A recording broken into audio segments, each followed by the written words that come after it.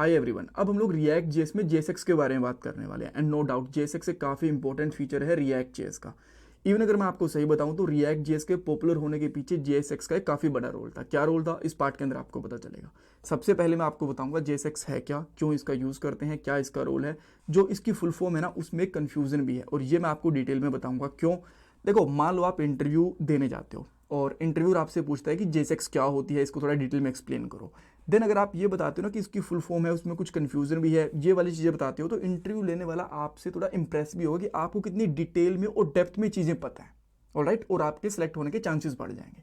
उसके बाद हम लोग कुछ एग्जांपल देखेंगे जेएसएक्स के, और मैं आपको ये बताऊंगा कि आप लोग रिएक्ट जेएस को विदाउट जेएसएक्स कैसे यूज कर सकते हो और ये तरीका क्यों रिकमेंडेड नहीं है। जी हाँ, रिएक्ट जेएस को विदाउट जेएसएक्स यूज करना रिकमेंडेड नहीं है और ना ही तरीका पॉपुलर है, तो ये भी मैं आपको बताऊंगा। और लास्ट में कुछ इंपॉर्टेंट इंटरव्यू क्वेश्चन भी डिस्कस करने वाले हैं।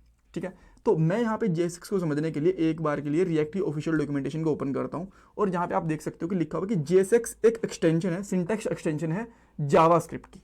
अब इसका मतलब ये है कि जेएसएक्स है तो जावास्क्रिप्ट ही, बट इसमें कुछ इन्हांसमेंट करे गए, एड ऑन करे गए, फीचर्स को ऐड करा गया और उसको बोल दिया गया जेएसएक्स। और उन फीचर्स की वजह से, इन्हांसमेंट की वजह से क्या होता है कि हम लोग जावास्क्रिप्ट की फाइल के अंदर ही HTML का कोड भी लिख सकते हैं। तो आप लोग ये कह सकते हो कि जेएसएक्स की वजह से हम लोग जावास्क्रिप्ट की फाइल में HTML का कोड लिख सकते हैं और यही इसका यूज है। ठीक है, अब आप बोलोगे इससे क्या बेनिफिट होगा, ये मैं आपको बताऊंगा, बट एक बार के लिए थोड़ी और डिटेल में मैं आपको इसको एक्सप्लेन कर देता हूँ स्लाइड्स की हेल्प से।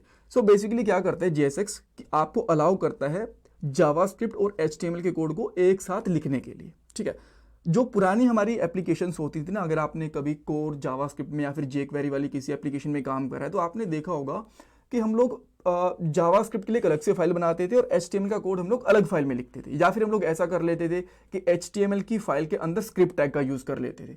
ठीक है, बट यहाँ पे जेएसएक्स में ऐसा नहीं है, आप लोग डायरेक्टली कोड लिख सकते हो जावास्क्रिप्ट के अंदर ही HTML का। सो ये पुराने वाला जो ऑर्डिनरी तरीका होता है हमारा, उसका एग्जाम्पल है कि आपने यहाँ पे HTML का कोड लिखा और इस तरीके से एक अलग से फाइल बना के या फिर स्क्रिप्ट टैग के अंदर आपका जो जावास्क्रिप्ट का कोड है वो लिखा गया। और यहाँ पे ऑन क्लिक की हेल्प से हम लोगों ने इस वाले फंक्शन को कॉल करा। देन हम लोगों को यहाँ पे document dot gate element by ID करना होता था और उसमें कुछ चेंजेस वगैरह कर सकते थे, तो इतना कुछ करना पड़ता था। बट यहाँ पे ऐसा नहीं है। अब ये जो सारी चीज़ें हम लोगों ने यहाँ पे करी है ना, ये बहुत ईजिली हो सकती है इतने से कोड के अंदर। ये है जेएसएक्स यानी कि रिएक्ट जेएस का कोड। यहाँ पे जो आपको ये लाइन नंबर 1 के लास्ट में जो ब्रेसेस है ना, ये जो दिख रही है ओपन होती हुई, ये लाइन नंबर 11 पे क्लोज हो रही है। और यहाँ पे आप देख सकते हो कि पूरा का पूरा जावास्क्रिप्ट का कोड है और यहाँ पे रिटर्न के बीच में हम लोगों ने HTML का कोड लिख लिया।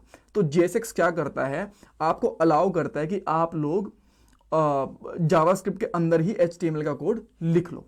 ठीक है, जो कि पहले अलाउड नहीं होता था।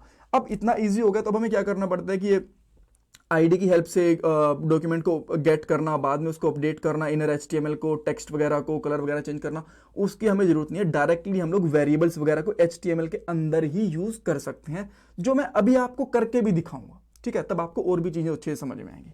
ओके, ये हमने एक बेसिक एग्जांपल देख लिया। अब नेक्स्ट चीज क्या थी, एक हम लोग क्या था कि जेएसएक्स का एग्जांपल देखते हैं। ठीक है, ये तो हमने कंपैरिजन कर लिया।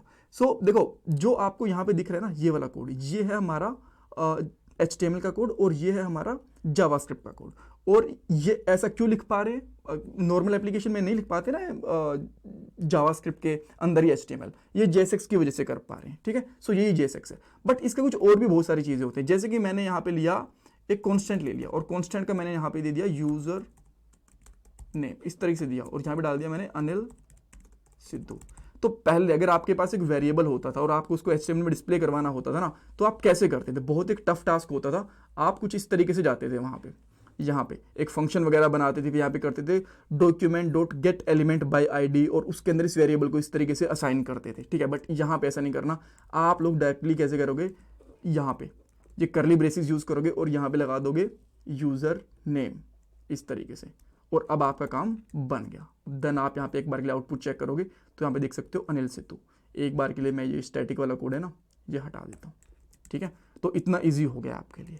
देन और भी बहुत सारी चीज़ें हैं, जैसे कि हमारे पास एक और H1 टैग है, आप इसमें कुछ एडिशन वगैरह करना चाहते हो, जैसे कि आपके पास 10 + 20 + 30 ये करना चाहते हो, तो ये भी पॉसिबल है। आप डायरेक्टली देख सकते हो। अगर आपके कुछ वेरिएबल्स है, जैसे कि लेट x = 20 है एंड लेट y = 30 है, आप इनको कुछ एडिशन वगैरह करना चाहते हो तो वो भी यहाँ पे बहुत इजीली पॉसिबल है। यहाँ पे आप कर सकते हो x इंटू वाई, और जैसे आप यहाँ पे x इंटू वाई करोगे तो आप देख सकते हो यहाँ पे इसका आउटपुट भी मिल जाएगा। तो ये है हमारे पास JSX जावास्क्रिप्ट के अंदर ही HTML लिख सकते हैं, दोनों को कंबाइन कर सकते हैं। कूल। फंक्शन कॉल करना भी काफ़ी इजी रहता है। जस्ट एक एग्जांपल दिखा रहा हूँ मैं आपको, इवन इसके ऊपर एक अलग से भी वीडियो आएगी। क्लिक लिखता हूँ मैं यहाँ पे एंड देन यहाँ पे सिंपली क्या कर सकते हो, on click, and on click के ऊपर यहाँ पे आप इस तरीके से फंक्शन बना के जो भी आपको फंक्शन लिखना होता है, जैसे मैं यहाँ पे कलर टी कर देता हूँ अभी के लिए, हेलो, ठीक है, ये कर दिया। एंड देन यहाँ पे आओगे, इस पर क्लिक करोगे तो आपका ये फंक्शन कॉल हो रहा है। ठीक है, बहुत ईजी है, यहाँ पे डायरेक्टली सब कुछ हम लोग यहीं पे कर पा रहे हैं। ओके, बेसिक ऑपरेशंस हमने करके देख लिया कि एडिशन वगैरह कैसे कर सकते हैं, वेरिएबल कर सकते हैं। एक मैं और पार्ट लेके आऊँगा जो कॉम्प्लेक्स ऑपरेशंस होते हैं, कॉम्प्लेक्स लॉजिक वगैरह होते हैं, कंडीशंस वगैरह, इफ कंडीशंस वगैरह, स्विच केसेस वगैरह कैसे लगा सकते हैं, लूप्स वगैरह कैसे लगा सकते हैं, वो भी मैं आपको बताऊंगा इस यहाँ पे। ठीक है, बट अभी के लिए आप ये समझो कि ठीक है, ये तुम लोग JSX का यूज़ कर लिया, आप चाहते हो कि विदाउट JSX, ठीक है, जैसे मैंने आपको ये बताया था ना कि विदाउट JSX ही आप लोग रिएक्ट में काम करना चाहते हो, तो वो कैसे कर सकते हो। काफ़ी टफ है बट मैं आपको डेफिनेटली बताऊंगा। इस वाले पार्ट को आप एक बार के लिए हटा दो। ठीक है, पूरा पूरा मैं यहाँ पे पार्ट हटा देता हूँ। देन मैं यहाँ पे करता हूँ, अच्छा हटाते नहीं है, इसको मैंने कमेंट करके रख लेता हूँ। ठीक है, बिकॉज ये कोड मैं गिट के ऊपर पुश करूँगा, वहाँ से आप में भी आपको चाहिए होगा। तो यहाँ पे रिटर्न करो। रिटर्न करने के बाद यहाँ पे क्या करोगे, एक इंपोर्ट करो सबसे पहले ऊपर से, इंपोर्ट फ्रॉम रिएक्ट। ठीक है, और क्या इंपोर्ट करेंगे हम लोग, यहाँ मैं आपको बताता हूँ। अरे यहाँ पे आ जाओ भाई, हाँ, यहाँ पे हम लोग करेंगे क्रिएट एलिमेंट इस तरीके से। सो रिटर्न में आप यहाँ पे लिखो क्रिएट एलिमेंट। ठीक है, क्रिएट एलिमेंट के अंदर जो भी आपको एलिमेंट बनाना है, जैसे आप बनाना चाहते हो एक डिव, क्या आपने बना दिया। अब डिव को आपको आईडी देना चाहते हो तो आप लिख दो आईडी, और आईडी लिखना चाहते हो रूट डिव, इस तरीके से आप। ठीक है, एंड देन आप यहाँ पे इसमें कुछ लिखना चाहते हो, जैसे कि आप यहाँ पे लिखना चाहते हो हेलो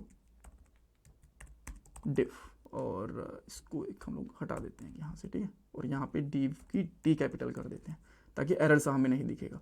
सो ये तो इसको मैं यहीं पे बंद करनी थी ब्रेसेस, और इसको हम लोग इस तरीके से लिखेंगे। सो डिव, इसके अंदर जो क्रिएट एलिमेंट होता है ना, एक फंक्शन होता है, इसके अंदर 3 आपको पैरामीटर मिलेंगे। पहला जो आपको एलिमेंट बनाना है, दूसरा उस पर कुछ आईडी देनी है, क्लास देनी है, कुछ भी एट्रीब्यूट देना है, और जो टेक्स्ट वगैरह लिखना है थर्ड वाला वो। देन अब आप यहाँ पे आओगे तो आपको यहाँ पे ये चीज़ दिख जाएगी। ठीक है, यहाँ पे। सो ये होता है कि आप विदाउट JSX अगर यूज़ करना चाहते हो रिएक्ट का तो इस तरीके से, बट काफ़ी टफ है, राइट। अब एक तो नॉर्मल डिव बनाना होता है कि अगर मैं यहाँ पे फिर से रिटर्न करूँ, ठीक है, और इसके अंदर यहाँ पे लगा दूँ डिव।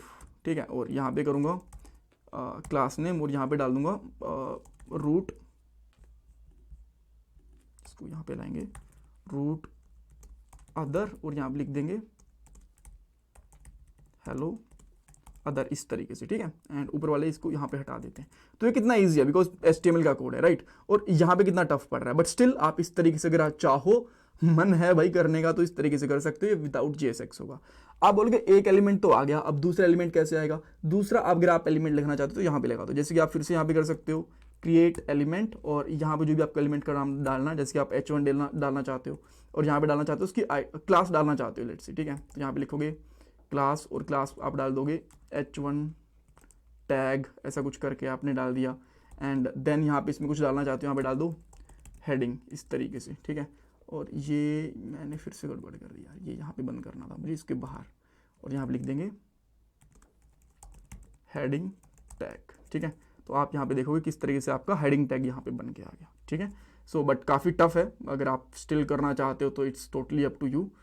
ठीक है, आई होप आपको यहाँ पे आइडिया लग गया होगा किस तरीके से हम लोग विदाउट JSX रिएक्ट का यूज़ कर सकते हैं। बट किस वजह से पॉपुलर नहीं है, बिकॉज काफ़ी ज़्यादा कोड लिखना पड़ेगा, काफ़ी ज़्यादा आपको अजीब से सिंटैक्स होंगे, और ये हैंडल करना भी ईजी नहीं है, इसीलिए हम लोग इसका ज़्यादा यूज़ करते नहीं है।